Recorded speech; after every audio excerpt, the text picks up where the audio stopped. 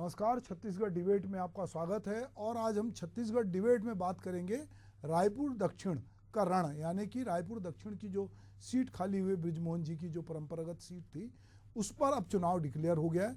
और उस चुनाव में अब बीजेपी किसको उतारेगी, कांग्रेस से कौन उतरेगा, किस तरह का मामला रहेगा, क्योंकि बृजमोहन अभी तक के 8 बार के ऐसे विधायक हैं जो चुनाव नहीं हारे और बहुत हर बार अधिक वोटों से जीतने वाले विधायक हैं। अब उनकी जगह वो सांसद बन गए हैं, तो उनकी जगह किसको टिकट मिलेगा, ये एक कवायद लगातार हो रही है। तो छत्तीसगढ़ में रायपुर दक्षिण विधानसभा के उपचुनाव की तारीख का ऐलान हो गया है। इस सीट पर 13 नवंबर को मतदान होगा और 23 नवंबर को परिणाम आएगा। रायपुर दक्षिण भाजपा का गढ़ माना जाता है। इसके बावजूद कांग्रेस इस किले को भेदने के लिए जोर आजमाइश कर रही है। सांसद बृजमोहन अग्रवाल यहाँ से लगातार 8 बार विधानसभा चुनाव जीत चुके हैं। कयास ये भी लगाए जा रहे हैं कि भाजपा यहाँ से मजबूत उम्मीदवार उतारेगी। भाजपा के आंतरिक सर्वे में संजय श्रीवास्तव, सुभाष तिवारी, केदार गुप्ता, अमित साहू और सुनील सोनी के नाम सामने आए हैं। भाजपा के दावेदारों के नाम तब हाईकमान के पास तो भेज दिए गए हैं। माना जा रहा है कि इन नामों में से सांसद बृजमोहन अग्रवाल की पसंद पर मुहर लग सकती है। दक्षिण विधानसभा सीट को लेकर कांग्रेस भी पूरी तैयारी में है। बृजमोहन अग्रवाल के मैदान में नहीं होने से कांग्रेस को ज़्यादा उम्मीद है। कांग्रेस के दर्जन भर नेता इसकी दावेदारी कर रहे हैं। इसमें प्रमोद दुबे हैं, कन्हैया अग्रवाल हैं, एजाज ढेबर हैं, सन्नी अग्रवाल हैं, आकाश शर्मा हैं। इसके अलावा एक नाम और जो है जिसको हम कहते हैं ब्लैक हॉर्स है, वो है राजीव ओरा का, जो कि मोतीलाल ओरा के भतीजे हैं, गोविंदलाल ओरा के लड़के हैं। उनका भी नाम कहीं ना कहीं, वो ब्राह्मण भी हैं, तो उनका नाम भी अभी इधर के दिनों में काफ़ी चर्चा में है। कांग्रेस ने 9 संसदीय चुनाव प्रबंधन समिति का गठन किया है। इसमें 6 पूर्व मंत्री और पूर्व विधायक समेत कई वरिष्ठ नेताओं को जवाबदारी की है। इस बीच सामाजिक संगठनों की भी जो लामबंदी शुरू हो गई है। ब्राह्मण समाज में कांग्रेस और बीजेपी दोनों के प्रदेश मुख्यालय पहुंचकर उनके समाज से प्रत्याशी बनाने की मांग की है। यह सीट दोनों दलों के लिए प्रतिष्ठा का विषय बन गई है। बीजेपी अजय बढ़त बरकरार रखना चाहेगी, तो कांग्रेस इसे फतह का परचम फहराने की तैयारी कर रही है। अब देखना होगा कि जनता का भरोसा जीतने में कौन कामयाब होता है।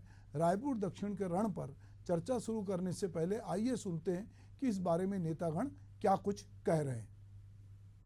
अभी बातचीत चल रही है, जो कि स्वाभाविक है।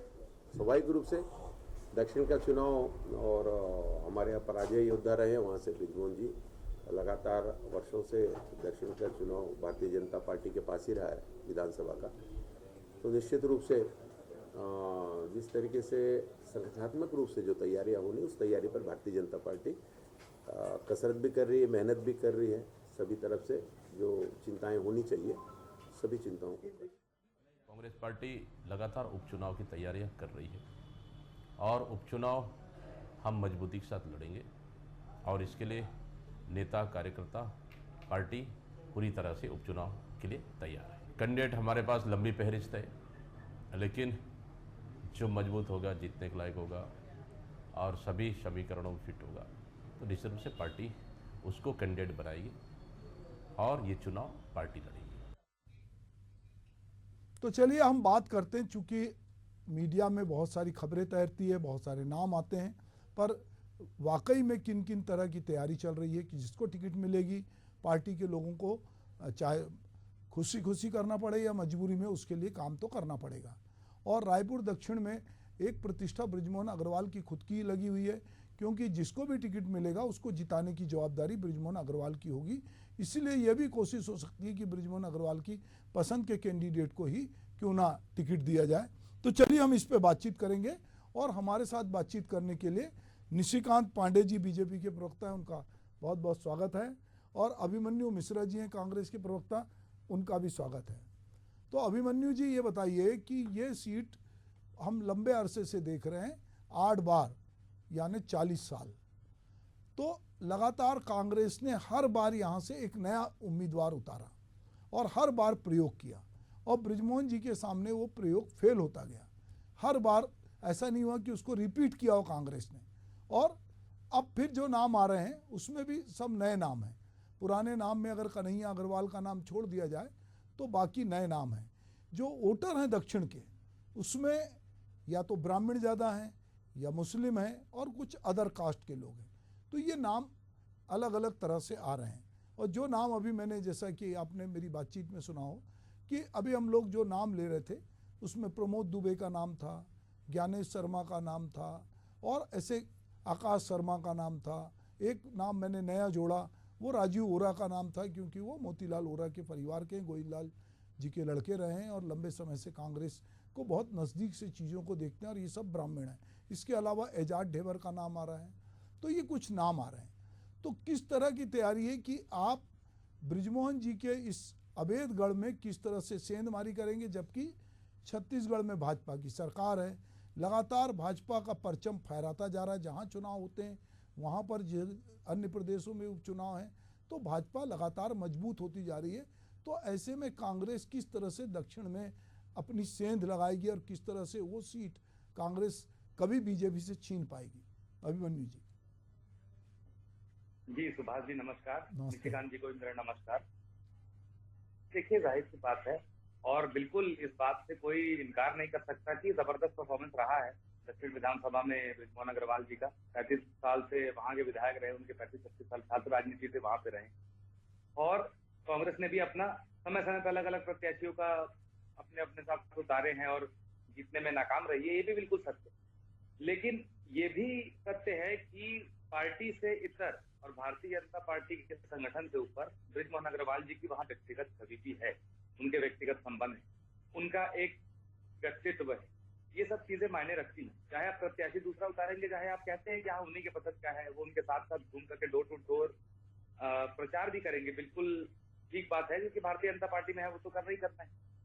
लेकिन फिर भी प्रत्याशी से और उसके बाद क्योंकि उपचुनाव है तो उपचुनाव में कुछ मुद्दे और भी जुड़ जाते हैं। जो प्रत्याशी होगा उसकी सरकार में क्या स्थिति रहेगी जो सत्ताधारी पक्ष का है, और जो सत्ताधारी पक्ष का नहीं है वो विपक्ष में क्या भूमिका निभाएगा, ये और है।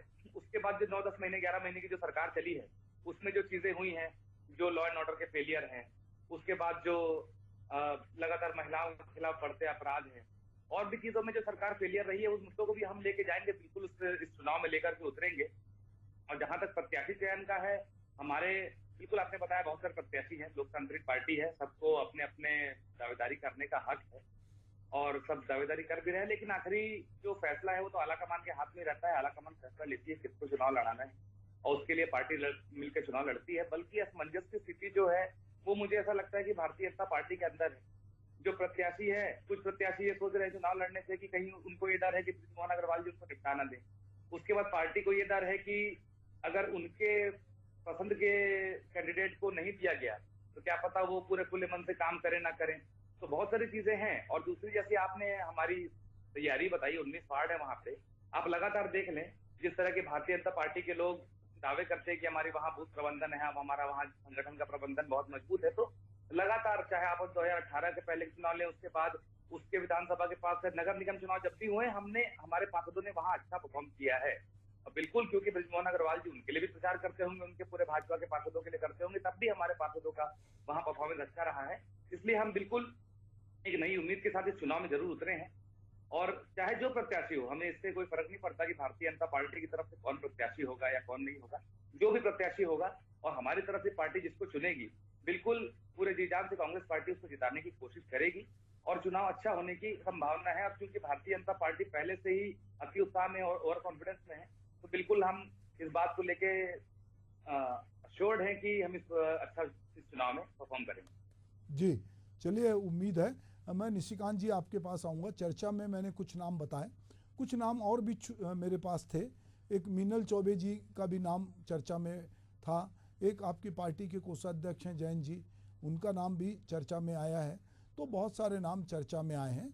और पर ये सब ये मानते हैं कि चूँकि बृजमोहन अग्रवाल लगातार 8 बार से वहाँ विधायक रहे हैं और अभी सांसद हैं, तो कहीं ना कहीं उनसे भी ये पूछा जाएगा कि आपकी पसंद कौन है। वैसे तो पार्टी जिसको बोलेगी उसके लिए सब लोग काम करते हैं, ये तो क्योंकि पार्टी का एक आदेश होता है तो सभी को लग कर काम करना पड़ता है। तो ये किस तरह से आपकी दक्षिण की तैयारी है निशिकांत जी? सुभाष जी, आपको, अभिमन्यु जी को संध्या जोहार। देखिए, तैयारी बहुत शानदार है। रायपुर दक्षिण और भारतीय जनता पार्टी एक दूसरे के पूरक में आप देख सकते हैं या कह सकते हैं कि दोनों एक दूसरे के पूरक के रूप में। उसका कारण क्या है? वास्तव में परफॉर्मेंस जो आपने डिलीवर किया है, तो प्रदेश की जनता और रायपुर दक्षिण की जनता लगातार आशीर्वाद बना रही है, और आशीर्वाद अभी भी। अभी जब हम बृजमोहन जी जीत गया है 2023 में, तो अपने ऐतिहासिक मतों से जीत गया है। तो कांग्रेस पार्टी, ठीक है, उनका ढोल बजाना स्वाभाविक है कि उनको लगता है कि अभी हमको मौका मिला हुआ है। 8 बार के बाद 9वीं 12वीं भारतीय जनता पार्टी वहां जीत दर्ज करेगी। लेकिन जो 2-3 बातें अभिमन्यु जी ने कहा कि ऐसा तो नहीं कि निपटा दिया जाएगा, ये निपटाने वाला जो कार्यक्रम है कांग्रेस पार्टी में भी हमने 2023 में देखा है, किसने किसको कहां से और कैसे निपटाया गया। तो हालांकि उन्होंने वही अनुभव किया है, तो हमारी पार्टी में वो देखते हैं। लेकिन अंतर क्या है, बेसिक अंतर क्या है कांग्रेस पार्टी और भारतीय जनता पार्टी? हमारी पार्टी में व्यक्तित्व तीसरे स्थान पे, मतलब निचले पायदान पे है, पार्टी सेकेंड और राष्ट्र प्रथम। तो जो भी जिम्मेवारी जिसको भी दी जाएगी, उसके लिए पूरा कार्यकर्ता का पुरुषार्थ लगता है।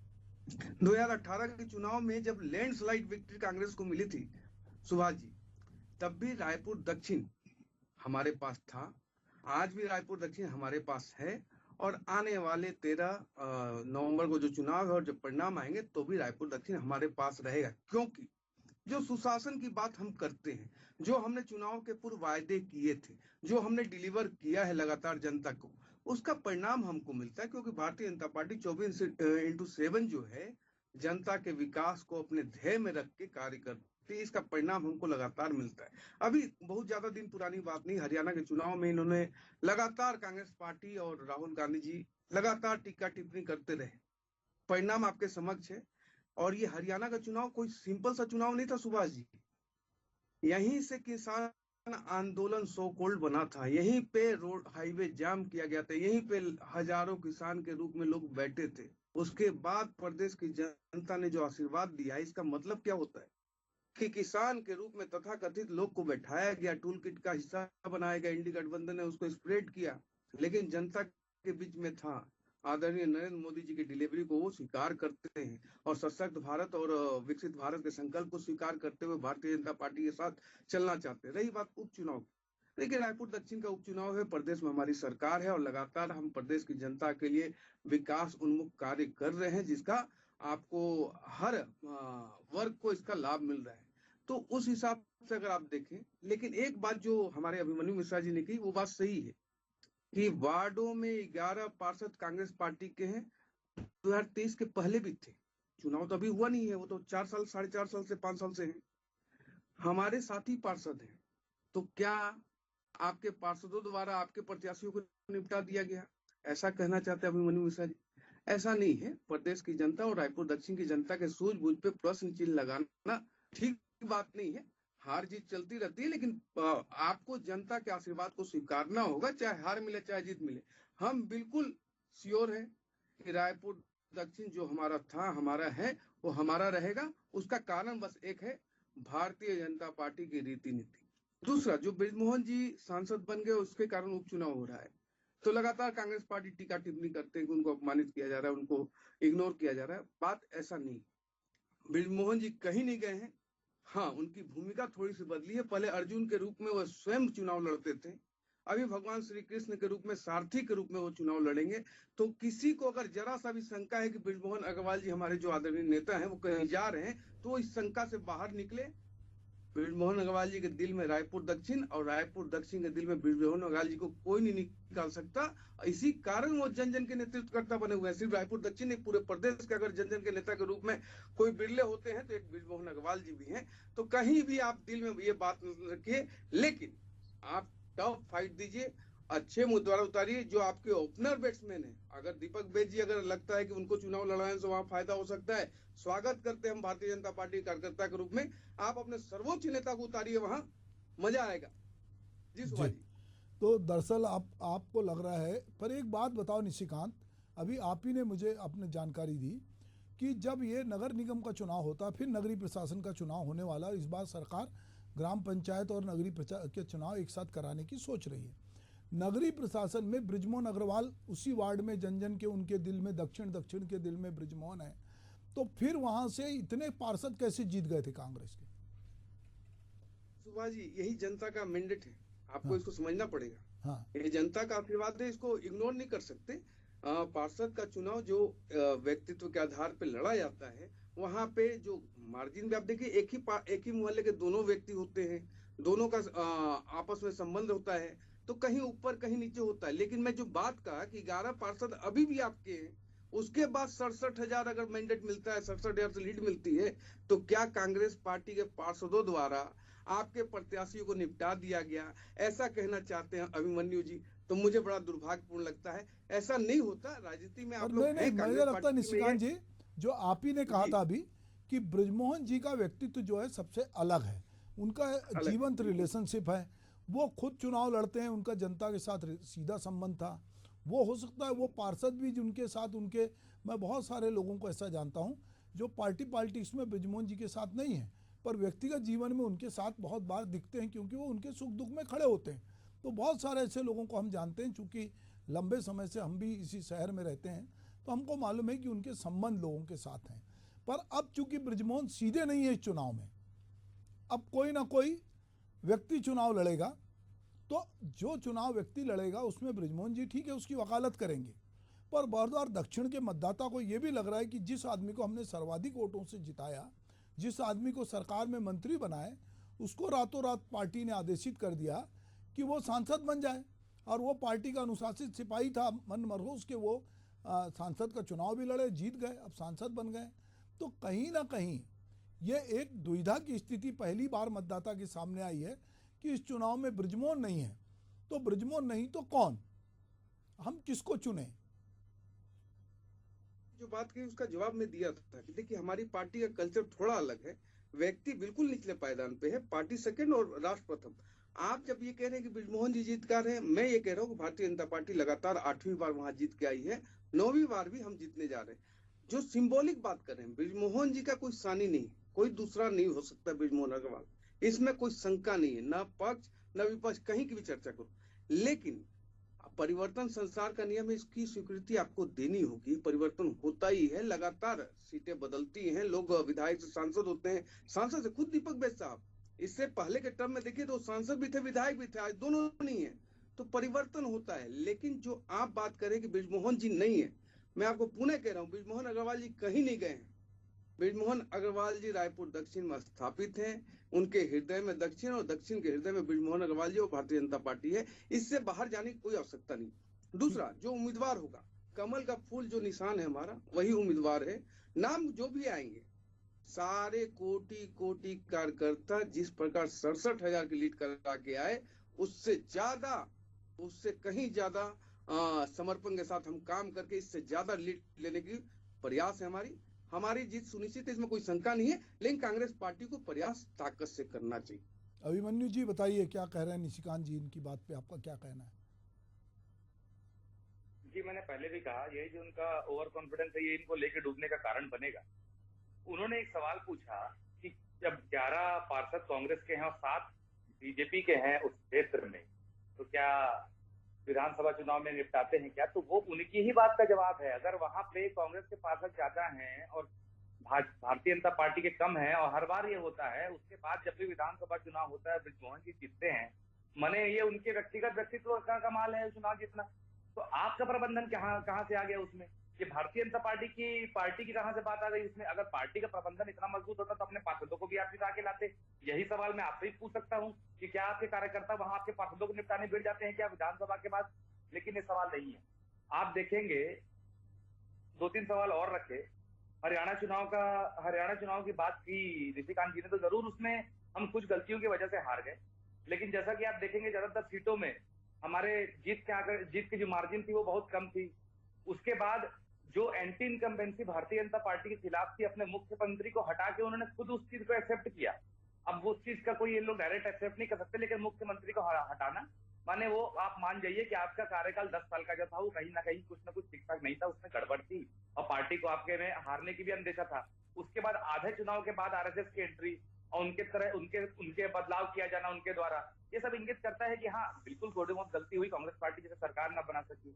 उसके अलावा जो धोखा देने की बात हम लोग करते हैं कि जो इन्होंने सिर्फ बृजमोहन अग्रवाल जी को ही धोखा नहीं दिया है, इन लोगों ने दक्षिण विधानसभा के जो मतदाता हैं, जो कार्यकर्ता हैं, उनको भी धोखा दिया है। अब हम बिल्कुल मानते हैं कि लोग अलग अलग चुनाव लड़ते हैं, विधानसभा का भी चुनाव लड़ते हैं, उसके बाद लोकसभा का भी चुनाव लड़ते हैं, लेकिन अगर आपको विधानसभा का चुनाव जब उस समय हुआ, आपने उनको टिकट दिया, अगर आपको लोकसभा लड़वाना था तो या तो टिकट दिया, चलो ठीक है टिकट दे दिया, उसके बाद फिर मंत्री भी बनाया, और मंत्री बनाने के बाद अचानक से उनको टिकट देना, और टिकट भी ऐसे समय में देना, उन्होंने ये उनका खुद का वक्तव्य था कि मुझे कोई जानकारी नहीं थी, उनकी माता जी की 13वीं भी उस समय नहीं हुई थी और उनको टिकट के बारे में कोई जानकारी नहीं थी। उसके बाद भी पार्टी का जो निर्णय है तो वो मैं बिल्कुल फॉलो करूंगा, ये उनका वक्तव्य था। तो बिल्कुल उनको धोखा देने का काम हुआ। अगर कोई टिकट, इतनी बड़ी लोकसभा की टिकट ले रहे हो, दे रहे हो आप, तो प्रत्याशी से क्या आप बात नहीं करोगे? मतलब जबरदस्ती थोपी गई। अब उसके बाद आपको अपना वर्चस्व भी बचाने के लिए चुनाव लड़ना ही पड़ेगा। तो ये सब बातें हैं, और ये सब बातें बिल्कुल चुनाव में सामने आएंगी। फिर जो वहां के मतदाता हैं वो क्यों न नाराज हो? पिछले आप खुद देख रहे हैं 35 साल से वहां के जो प्रत्याशी बृजमोहन अग्रवाल जी रहे हैं वो मजबूत स्थिति में रहे हैं सरकार के अंदर में। 15 साल की भारतीय जनता पार्टी की जो सरकार रही, एक मंत्री के रूप में रहे, समय समय पर उनके मुख्यमंत्री बनने तक के कवायद उनके समर्थक लगाते रहते थे। और अब की स्थिति में अचानक से उस विधानसभा में एक ऐसा आदमी मिलेगा जो भी प्रत्याशी भारतीय जनता पार्टी वहां उतारेगी, उनके कद का तो नहीं हो सकता। तो बिल्कुल वो फर्क तो पड़ेगा। चाहे भारतीय जनता पार्टी बहुत ओवर कॉन्फिडेंस में है, हमको उससे कोई समस्या नहीं है, हम तो भाई हमारा प्रत्याशी डिक्लेयर करेंगे और हम अभी तो चुनाव में तो भिड़ चुके हैं। तो भारतीय जनता पार्टी का जो ओवर कॉन्फिडेंस है वही उनको लेके डूबेगा, जो उनको वहां की जनता के ऊपर जो उन्होंने एक अधिकार समझ लिया है कि बिल्कुल ये तो हमारा गढ़ है तो हम ही जीतेंगे, उस बात का भी जनता उनको जवाब देगी। जो जनता को उन्होंने धोखा दिया उसका भी जवाब उनको जनता देगी। ये जो 9-10 महीने का जो इनका कुशासन है उसका भी जवाब वहां उनको जनता देगी। इस वजह से ये मेरा अति उत्साह नहीं कर रहा है, ये मेरा आत्मविश्वास है कि कांग्रेस पार्टी वहां से इस बार जीत दर्ज करेगी। जी अभिमन्यु जी, जरा कुछ कैंडिडेट के नाम मैंने बोले थे कि कुछ नाम, पैनल तो बना होगा, निशिकांत जी आपके यहाँ से भी पैनल बन के गया होगा, अभिमन्यु जी तो थोड़ा पैनल के बारे में जानकारी दीजिए ना। चल रहे हैं, जैसा आपने नाम दिया बिल्कुल सही है, वो सब नाम चल रहे हैं और उसके बाद पैनल भी बना है, लेकिन अब क्या पैनल है, किसके नाम है, ये मैं अधिकृत नहीं हूँ बताने के लिए, वो अधिकृत लोग ये बता पाएंगे। लेकिन बिल्कुल जो आपने नाम लिए हैं, दावेदारी सबने की है और जो और भी कर रहे होंगे, बिल्कुल अच्छी बात है। आला कमान जो तय करेगा, हमको उससे कहीं तक कोई समस्या नहीं है। जो भी प्रत्याशी आला कमान तय करेगा हम उसके साथ खड़े रहेंगे, पूरा भरसक प्रयास करेंगे। जी निशिकांत जी, यही सवाल मैं आपसे भी पूछूंगा, आप भी यही जवाब दोगे। जो आपने पैनल में जो नाम की बात कही, आपने नाम ले लिया, स्पष्ट नाम ले लिया, उन 5 का नाम है और जो भी उसमें उम्मीदवार बन के आते हैं उनका स्वागत है। लेकिन अभिमन्यु जी ने कहा कि जनता को धोखा दिया गया, तो क्या अभिमन्यु जी ये कहना चाहते हैं कि राहुल गांधी वायनाड सीट छोड़ दिए और प्रियंका जी को लड़वा रहे, तो वहां राहुल गांधी ने वायनाड की जनता को धोखा दिया, ऐसा कहना चाहते हैं क्या? ऐसे देखिए, मतलब मीठा मीठा गप गप कड़वा कड़वा थू थू नहीं, होता क्या है, होता क्या है, जानकारी नहीं थी, मैंने कहा प्रत्याशी को जानकारी नहीं थी। ओके, तो अभिमन्यु जी, अभिमन्यु जी थोड़ा सा लाइव बैठेंगे तो सुभाष जी, अभिमन्यु चलो बोलने दो, निशिकांत जी को बोलने दो। अभिमन्यु, हाँ आप लाइव बैठे हुए हैं, तो ऐसे कल्पना करके तो फिर आपको आईना दिखाना पड़ता है, हमको हमारी मजबूरी हो जाती है कि हम आपको बताएं कि क्या क्या होता है। जब दीपक वैद जी विधानसभा जीत गए तो लोकसभा क्यों लड़ाया गया? नहीं लड़वाना था। जब शिव डहरिया और बाकी लोग जब चुनाव लड़ के आए, हार के आए, उसके बाद भी उनको लोकसभा क्यों लड़वाया गया? नहीं लड़वाना था। तो जब आपकी पार्टी का आपको चिंता करना चाहिए, हमारी पार्टी का हमको चिंता करना चाहिए, विषय ये। दूसरा कि आप बोलते हैं कि ओवर कॉन्फिडेंस है और आरएसएस बीच चुनाव में आई। अगर आपको ये लगता है तो अभी मुझे लगता है कि आपकी सूझबूझ थोड़ी सी कम है आरएसएस को समझने के लिए, भारतीय जनता पार्टी को समझने के लिए। भारतीय जनता पार्टी एक ऐसी पार्टी है जो बंगाल में 77 कमल खिला सकती है। आप हमारे वर्किंग को समझने के लिए ना, पहले भारतीय जनता पार्टी को समझने की आवश्यकता है कि हमारा काम कैसे होता है। 24/7 लगातार हमारे कार्यकर्ताओं का पुरुषार्थ कहता है, तभी तो आप एक स्टेट रिटेन नहीं कर पाते कभी। हम कई स्टेट में ऐसे हैं कि 4 बार 5 बार 6 बार आ चुके हैं। तो उसके पीछे का कारण जो है जन हितैषी योजनाएं, जन कल्याणकारी काम और हमारे कार्यकर्ताओं का पुरुषार्थ। ऐसा नहीं है कि हवा में बोल दे कि डिप्टी सीएम 2.5 साल में बनेंगे सीएम, और ऐसा नहीं बनेंगे, 65 विधायक दिल्ली परेड कराएंगे, मुख्यमंत्री आपने नहीं बदला और फिर भी हार गए, हमने मुख्यमंत्री बदला हम जीत गए। तो आप अपने नीतिगत कार्यों पर चिंता कीजिए, हम अपने नीतिगत कार्यों पर चिंता कर सकते हैं। आप ये मत बोलिए कि हमने नहीं बदला तो हम हार गए। हम बदले, हमने निर्णय लिया, हमने कॉल लिया, आपको उसकी चिंता क्यों करनी है? प्रदेश की जनता ने उसी पे मोहर लगाया ना। हमने जब मुख्यमंत्री बदला वो हमारे नेतृत्व का काम है, हम अपना चयन करते हैं। लेकिन प्रदेश की जनता ने किस बात पे मुहर लगाया कि जो 10 साल से कांग्रेस खर्ची और पर्ची पे चलती थी, उनको पुनः नकार दिया गया, शानदार तरीके से नकारा गया। वो भी कब? जब लगातार किसान आंदोलन उसी हरियाणा के बॉर्डर पर बैठा रहा। तो ऐसी स्थिति है कि टूल किट से जनता भ्रमित होने वाली नहीं है।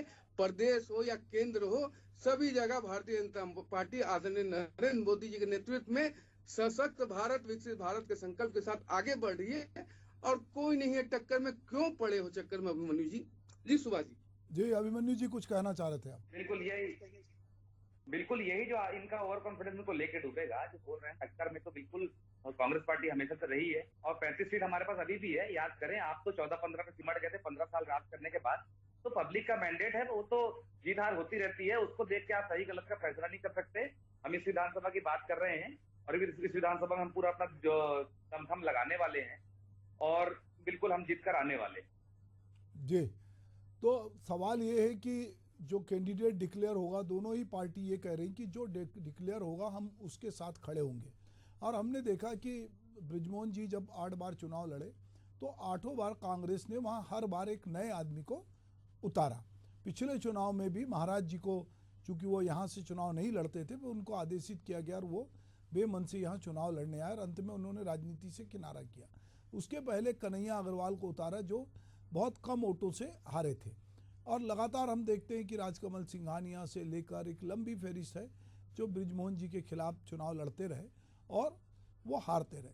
कांग्रेस ने कभी भी दक्षिण में इस तरह की तैयारी करके चुनाव नहीं लड़ा कि बृजमोहन जी के लिए हमको लगातार एक ऐसे आदमी को खड़ा करना है जो इस बार नहीं तो अगली बार जो है वो एक उम्मीदवार के रूप में खड़ा हो और वो टक्कर दे। अब एक मतलब कहिए संयोग हुआ है कि बृजमोहन जी को बीच में विधानसभा छोड़नी पड़ी और लोकसभा में गए हैं, अब वो नहीं है।